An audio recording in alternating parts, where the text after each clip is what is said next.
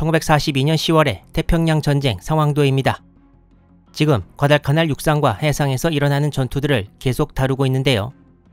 일본의 방어선을 뚫기 위해 미군은 과달카날에 상륙하고 2번의 방어전에서 승리했습니다. 과달카날을 잃고 그곳 미군 비행장까지 계속 커지면 전체 전황이 어떻게 될지 모르기 때문에 일본은 15,000명의 병력을 고생 끝에 상륙시켜 과달카날 탈환전을 다시 시도합니다. 당시 일본군의 주 병력이었던 일본 육군 제2사단은 마루야마 마사오 중장이 지휘를 맡았는데요. 일본 육군 제2사단은 1888년에 미야기현 현재 센다이시에서 창설되었습니다. 당시에 사단사령부가 현재 도구대학 캠퍼스 안에 있었고 1942년 3월에는 인도네시아 작전을 성공적으로 수행했습니다. 이때까지만 해도 좋았는데 7개월 후 과달카날에서는 어떤 운명이 이들을 기다리고 있었을까요? 지도에서 보시다시피 과달카날 섬은 북부의 좁은 해안지대를 제외하면 섬의 대부분은 가파른 산지로 이루어져 있고 가장 높은 산은 해발 2335m입니다. 북쪽으로 올라가서 지도에서는 평야처럼 보이는 이런 지역도 울창한 밀림이 대부분입니다. 과달카날의 미군 진지는 일본이 거의 만들었다 뺏긴 핸더슨 비행장을 중심으로 형성되어 있고 10월 하순의 전투를 앞두고 미군 진지 서쪽과 동쪽에 일본군 진지가 있었습니다. 현재 솔로몬 제도의 수도가 위치한 북쪽 해안의 호니아라시는 1월부터 12월까지 공히 낮 최고 기온이 평균 30도를 넘는데요. 똑같지는 않겠지만 1942년 10월 하순 당시 남쪽 정글과 산악지대를 행군하던 일본군도 전투를 바로 앞두고 행하는 장거리 행군에 적합한 날씨는 절대 아니어서 상당히 큰 고생을 했을 것으로 추정됩니다. 이 그림은 일본 전사총서에서 후에 만든 당시 제2사단의 기동로, 즉 마루야마 길 지도입니다. 이전 영상에서는 대략적으로 오스틴산과 룽가강 남쪽을 타고 미군 진지를 향해 서쪽에서 동쪽으로 가는 루트를 화살표로 표시했었는데요. 이 지도는 좀 더 자세히 나와 있지만 1942년 10월 이동 당시의 기록이 불완전하고 사정을 잘 파악하고 있던 당사자들이 많이 전사해서 이 지도도 확실하지는 않다고 전사총소에서 특별히 언급하고 있습니다. 지난 영상에서 말씀드렸듯이 일본군은 원래 차량이 기동할 수 있는 북쪽 해안가를 따라 미군 진지로 접근하려고 했는데요. 이 길이 미군에 너무 노출되어 있던 것을 염려한 일본군 사령부의 결정으로 오스틴산을 남쪽으로 우회하는 새로운 길을 만들어 미군 진지로 접근하기로 합니다. 먼저 이쪽 지역이 미군 진지이고 핸더슨 비행장과 파이터 1 활주로가 보입니다. 마타니카우항 서쪽이 일본군 지역인데 일본군 본진에서 원래 계획대로 해안을 따라가면 거리는 훨씬 가까운데 여기 보이는 오스틴산 남쪽으로 가는 우회로는 정말 훨씬 더 긴 것을 볼 수 있습니다.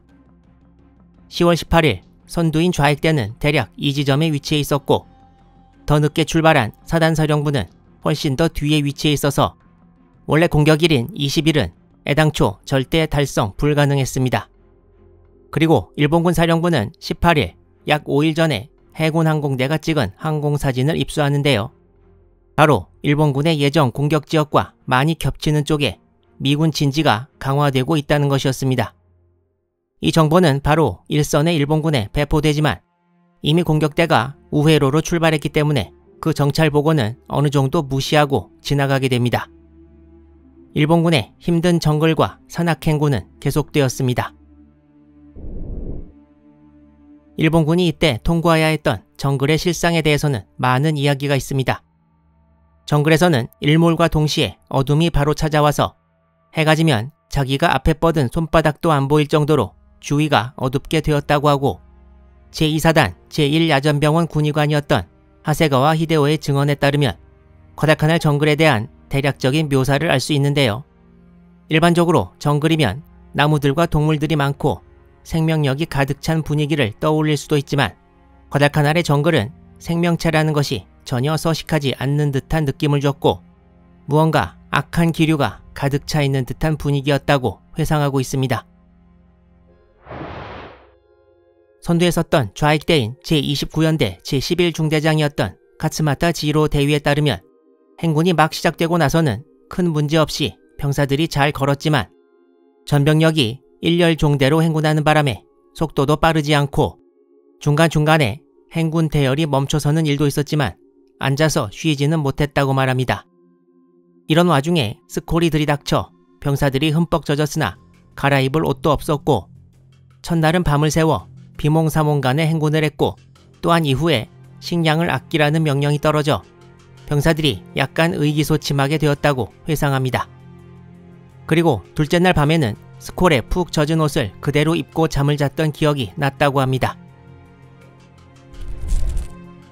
행군 3일째 길이 험해지기 시작했고 예약해놓은 듯이 오후 3시경이 되자 스콜이 쏟아져 속옷까지 전부 젖었습니다. 우회에서 기습하는 작전이니만큼 적에게 들키면 안 되어서 모든 병사들이 한마디 말도 없이 하루 종일 걷고 또 걸었다고 합니다. 이제 해가 지고 식사를 해야 될 때가 왔는데요. 밥을 지어 먹어야 되는데 고체 연료 같은 것이 없어서 땔감을 구하느라 일단 고생했고 적에게 들킬 짓은 하지 말라고 명령이 떨어졌는데 밥 짓다가 연기가 나면 연기 나는 것을 지켜본 대대본부에서 전령을 보내 야단을 치면서 당장 끄게 했습니다. 연기를 막기 위해 천막을 치고 불을 피우면 천막 내에서 연기에 질식해 불을 또 꺼야 했습니다. 밀림 속에서 밥 한 번 먹기도 정말 어려웠던 건데요. 반합에 있던 쌀이 밥이 될 때쯤이면 이미 한밤중이 되었고 밥을 먹고 잠에 빠져들어 얼마 안 되었다 싶을 때 날이 밝고 행군이 또 시작되었습니다. 이때부터 병사들의 피로도가 눈에 보일 정도로 올라갔다고 합니다. 일본군은 미군과 싸우기 전에 이미 어려운 전투를 치르고 있었던 것입니다.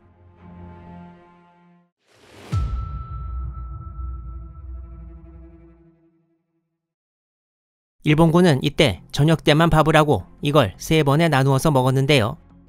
행군 중 어떤 날은 저녁 때 밥 지을 물을 기르러 간 병사들이 안 돌아왔습니다.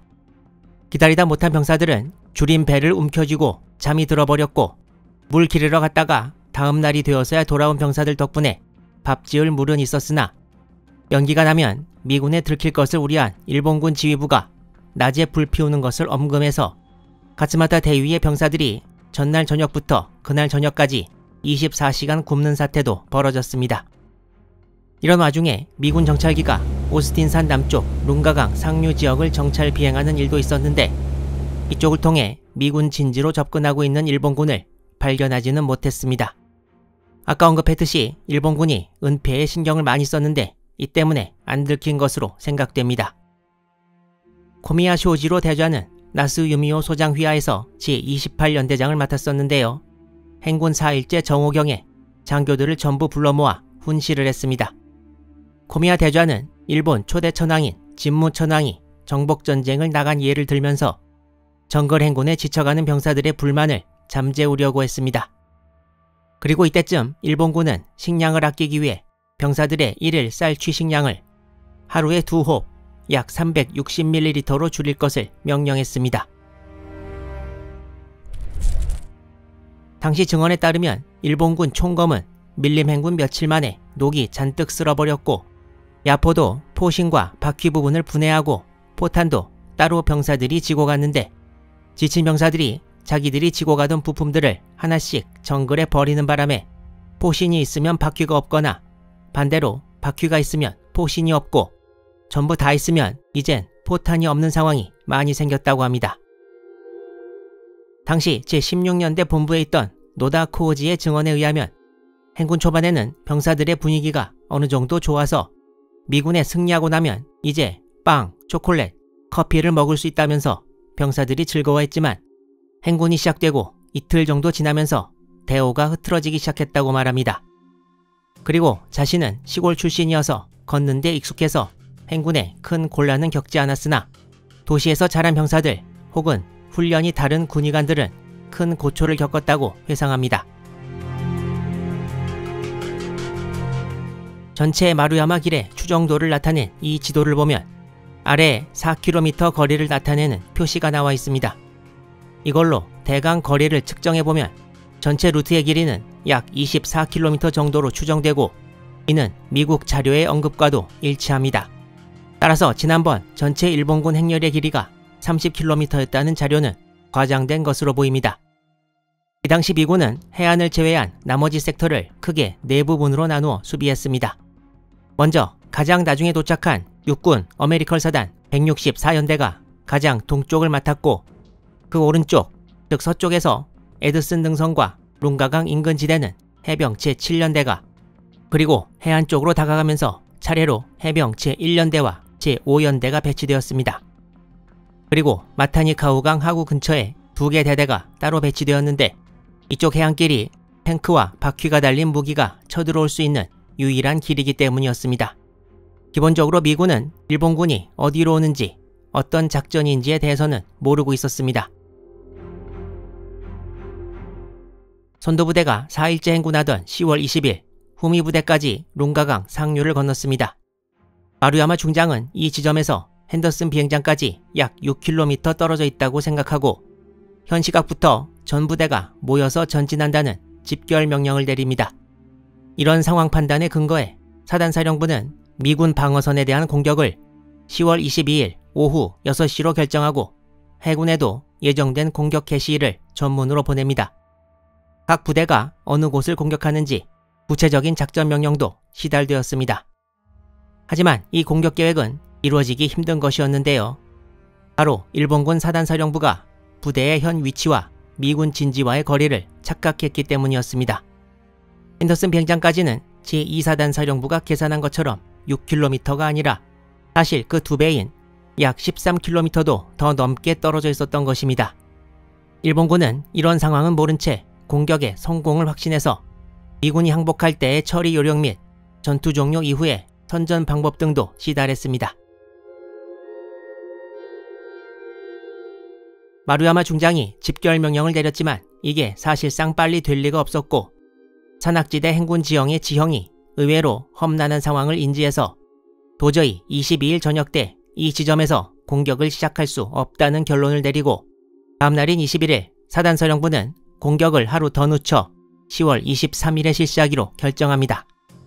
이 결정은 해군에도 또다시 통보되는데요.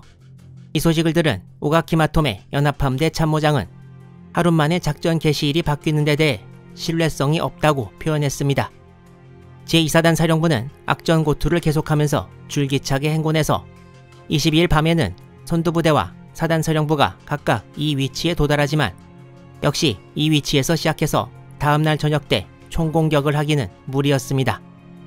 일본군 수뇌부에서 또다시 공격 연기를 하는 것에 대해 경론이 벌어졌으나 더 늦추다가 미군에 발각될 우려가 커서 무리해서라도 원래 계획대로 진행하기로 합니다. 가츠마타 지로 대위는 23일의 상황을 이렇게 회상했습니다. 언제인지도 모르게 잠이 들고 갑자기 잠이 깨어서 계속 행군을 했고 머릿속은 텅 비어있는 듯한 느낌이 들었다. 자기 자신이 소멸된 것처럼 영혼만 비틀비틀 걷고 있는 것 같고 저승에서 떠돌아다니는 것처럼 정글을 헤매고 있다. 이런 참상을 보다 못한 가오구치 소장이 사단사령부로 지급 문건을 보냅니다. 이후 과다카날 2차 대전투에서 가장 논쟁거리가 된 사건이 발생합니다. 구독과 좋아요를 해주시면 과다카날 전투의 상세한 숨은 이야기까지 계속 보실 수 있습니다. 시청해주셔서 감사합니다.